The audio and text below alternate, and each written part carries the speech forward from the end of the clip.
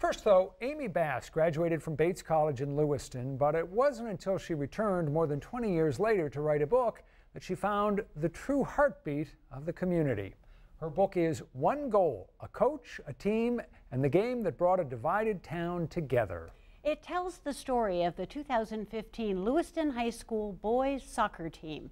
What makes the story so compelling is that Lewiston had struggled to accept the 7,000 Somalis who had settled in the city starting in the early 2000s. Nearly all the players on the 2015 team were from Somali families, and many of them had endured miserable conditions in refugee camps before coming to Lewiston.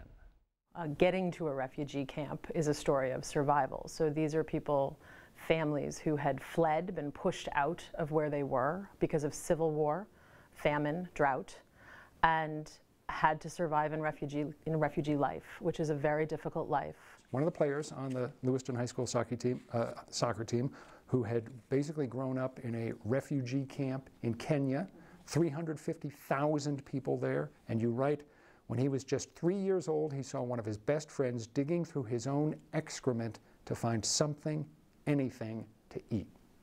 This is the story of one of the Lewiston High soccer players. Yes, and it's those memories that they bring with them, and it's their family that they bring with them. And I think that that's one of the great lessons of building a community, is thinking about the people that you not only keep close, but have to keep close. These kids who were on the team, you write that they weren't trying to escape from anything, they'd already escaped. What they're trying to do is create a new life. Yeah, I think that we often talk about our heartwarming sports stories as kids who are trying to get away from something, who are trying to get something better for themselves and their family, and that's not this story. Soccer is how these kids live where they landed. One of the reasons the team was so good is that the players played soccer all the time. They were not part-time players. When practice was over, they'd go play soccer some more. Abdi Jabbar Hersey, who is the assistant coach to head coach Mike McGraw, he talks about that all the time, that when they face another team, it's part-time players, the other team, facing full-time players. That when you touch, meaning dribble, with a ball 24/7, you're going to be good. You're going to be that good. And that's what you see in Lewiston. You see parks filled with pickup games, parking lots, kids walking down the street with a ball at their feet.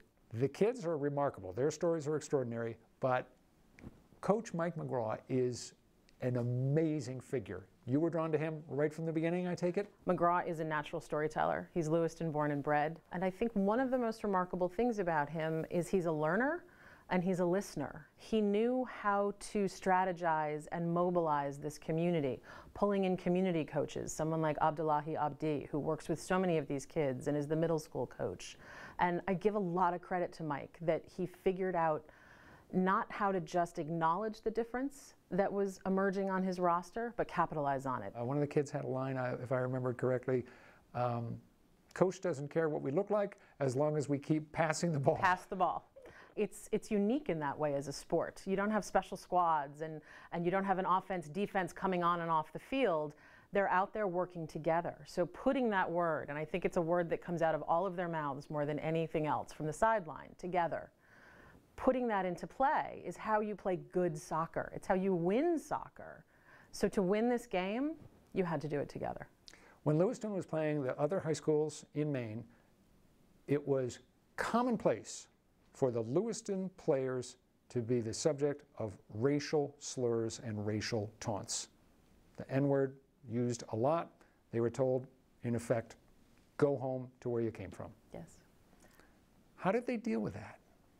They deal with it the best way an athlete should deal with that. They retaliate by scoring. Retaliate with the board. Retaliate with play. Don't let someone else take you out of your game. Play your game, and then you're going to win, and then you really win. Going into the playoffs, the Lewiston Blue Devils were undefeated. They had outscored their opponents by 100-7? Yes. That's just ridiculous. Those scores, I think it's really important to notice, the first starters get pulled when they were up by 5 or more. So McGraw would seat people. So you have these remarkable soccer players who are playing 30, 35 minutes a game when the second line goes in and the third line goes in. I can't imagine what those scores could have been.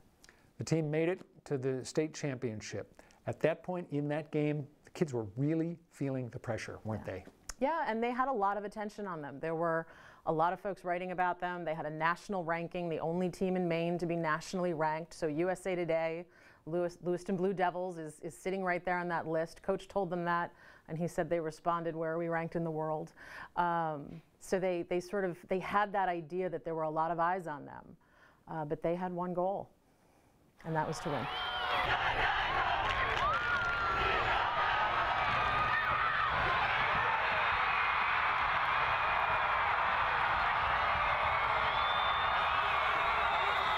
They did win, and it's an inspiring story.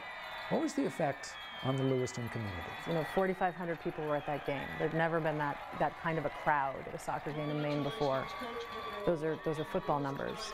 So it was this enormous coming together. It was a celebration of we. It is, in the end, though, a really local story in a lot of ways. Did you think, who's going to want to read about this soccer team in Lewiston, Maine? It's an impossibly local story. And yet, when I started writing it, there was a broad national discourse, a fearful discourse about refugees. The Syrian crisis was hitting new heights in the fall of 2015 while these guys were playing soccer. And then we begin to see us heading towards the 2016 presidential election, and discourse on immigration and fear grew. You know, keeping a community together is hard work. This community comes together, it has this moment to see what it feels like. It doesn't mean it's always going to stay together, but it means that they've created a path, and I think that's what makes an impossibly local story relevant in a broader way, that this is one path forward that some people found. It's a really good book. What a great story. It must be a great book. It's obviously an extraordinary story, but she tells it really well. And one of the reasons that it came out so well is she spent a lot of time in Lewiston, not just talking with the players and not just talking with the coaches, but talking with the players and coaches' families, and talking with the administrators at the school, and talking with other students at the school, and talking with all their relatives and friends and people who just had histories that go back in Lewiston for decades. So she weaves it all together, and it's the story of a community. And she said that she mastered the art of hanging out, because that's what she did. She just hung out and talked with people. Oh, well, and it was recent enough that we all remember that story. Yeah. It was so terrific. Yeah. Terrific. Again, the name of the book, One Goal by Amy Bass.